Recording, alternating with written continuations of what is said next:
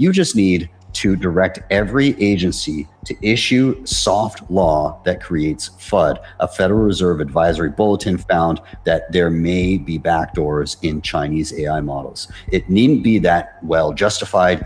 Kimmy K3 fixed them all. No restrictions, just gets the job done. This will end badly for OpenAI and Anthropic. Now, the combined value of OpenAI and Anthropic is 1.817 trillion, right? Right. So we're in the trillions of value. Yeah. What happens to all of that investor capital when open source models become just as good? Open source is like the final boss for them, right? It's the thing they have to be able to get rid of.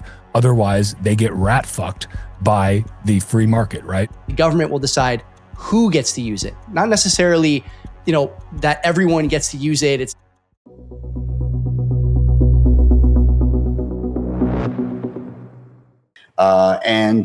there might be some reasons for that, but let's take a step back first and kind of examine some interesting stuff that's been happening this week. So number one, we talked the other day when we had Guy Swan on, we were chatting a bunch about Kimmy K3, this model that everybody's very excited about. It's an open AI model that is hitting a ton of benchmarks that put it at near or above some of the frontier models that OpenAI and Anthropic have released. And so that has gotten a lot of interesting reactions here.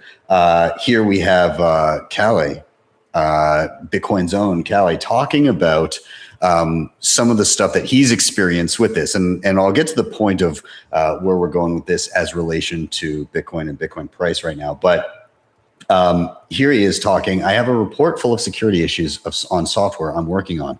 Codex from OpenAI won't fix them because of cyber guardrails. Fable won't fix them because of cyber guardrails. Kimmy K3 fixed them all. No restrictions, just gets the job done. This will end badly for OpenAI and Anthropic. Now, he interestingly got quote tweeted by David Sachs, who obviously has worked alongside the administration here.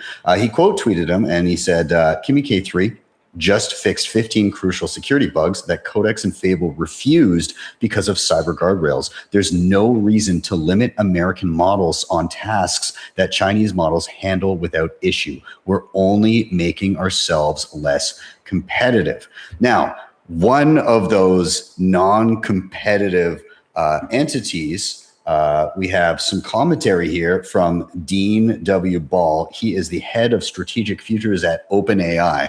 So these are the dudes, obviously, that when Anthropic said we won't spy on the American public and build murder drones, they obviously stepped in and said, that's cool. So let's hear what he had to say about this whole thing. He said some observations on Kimmy. It's a very good model. I don't think its performance can be explained away by distillation or anything like that. Agentic coding sessions, it seems pretty much on par with the best public models of Q1 2026. Basically, he said, it's great.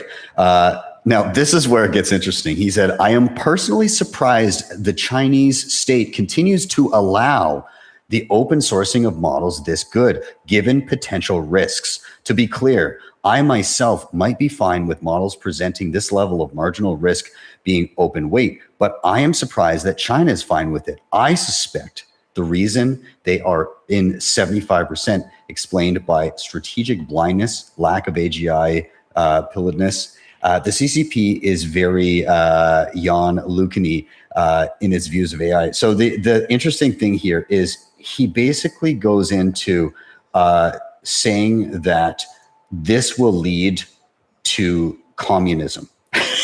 What an idiot. It's just fucking stupid.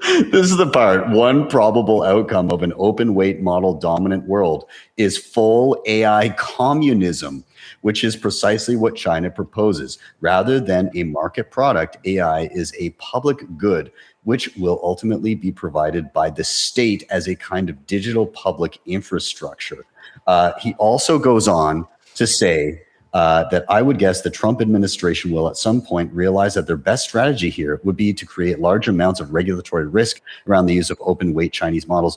You don't need to ban open source, one of the dumber motifs of AI policy discussion. You just need to direct every agency to issue soft law that creates FUD. A Federal Reserve advisory bulletin found that there may be backdoors in Chinese AI models. It needn't be that well justified. You just create enough regulatory risk that every regulated enterprise backs off. So basically he's saying open source causes communism, and that the US government should lie so that nobody uses open source.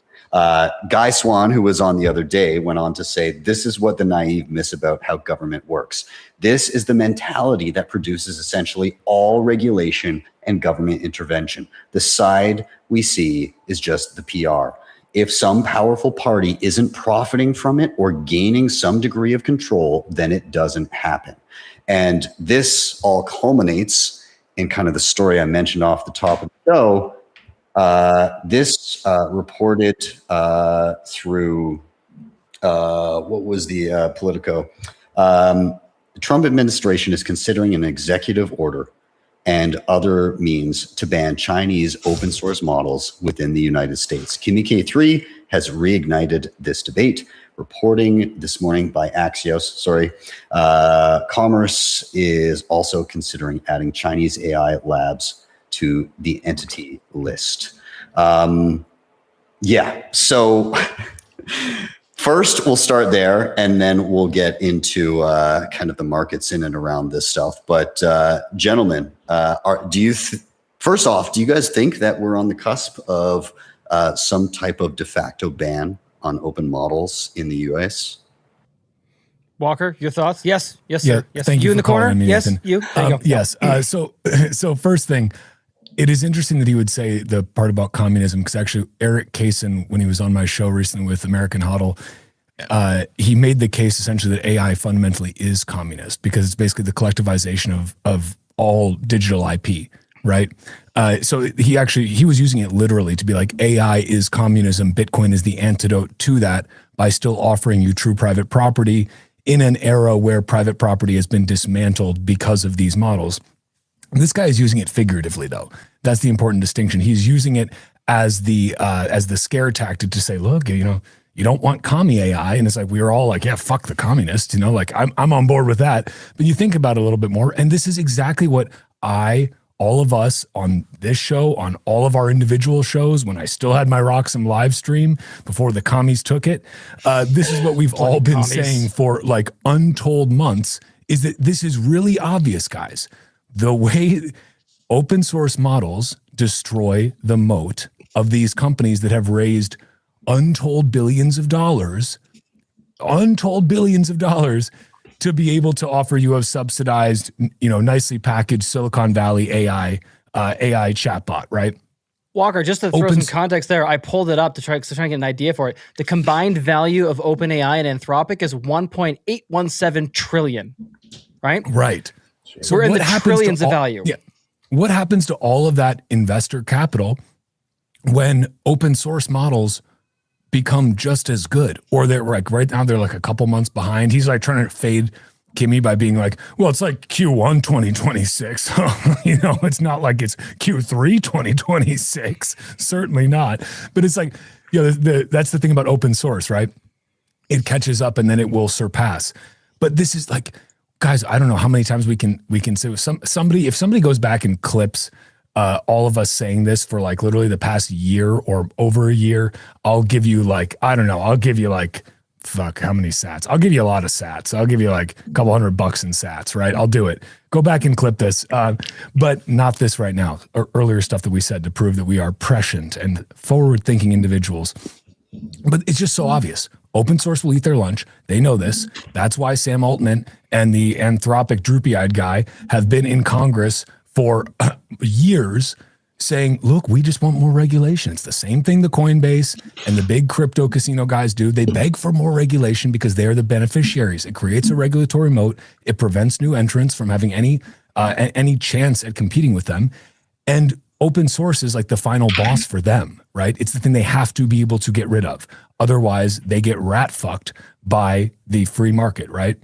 Right now, they need regulatory capture in order to in any way become profitable, because right now they're taking losses, right? Because they've raised so much cheap capital. It's fiat steroids, right? And so nobody should be surprised by this if you've been listening to any of our shows or Bitcast, or have like a functioning brain with a, hotter than lukewarm IQ. Like this is all just really, really is that a obvious. Pun? Is that a pun? No, but that's funny. He's got a pretty high IQ, actually. If we're talking about the same person. Continue. He clearly has a very high IQ. High IQ isn't always everything.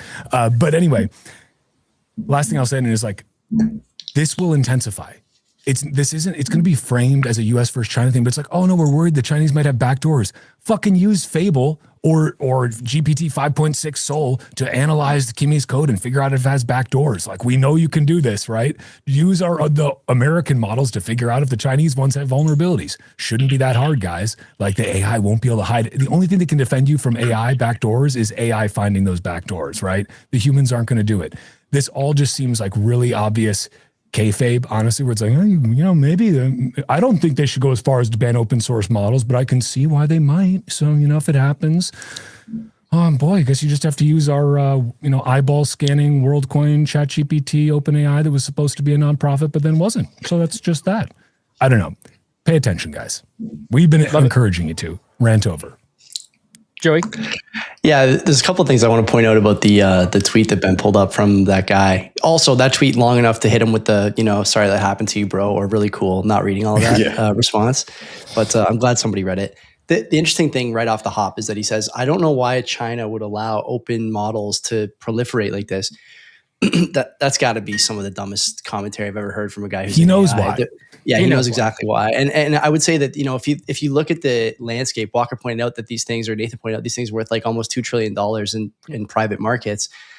That is probably not including all the levered chips these guys are using, all the energy they're consuming, all the data center build out they've done. Like that, like there's a lot of money and capital tied up in these things. And that's, that is the thing that will destroy the U.S. economy if suddenly these companies are not profitable. That's number one. Number two is that the other thing to consider is that these guys, Kimmy and the other one, Quen, are apparently spinning up these models on like Huawei two-way radio chips or something. Like these guys are using just basement quality stuff and getting incredible results.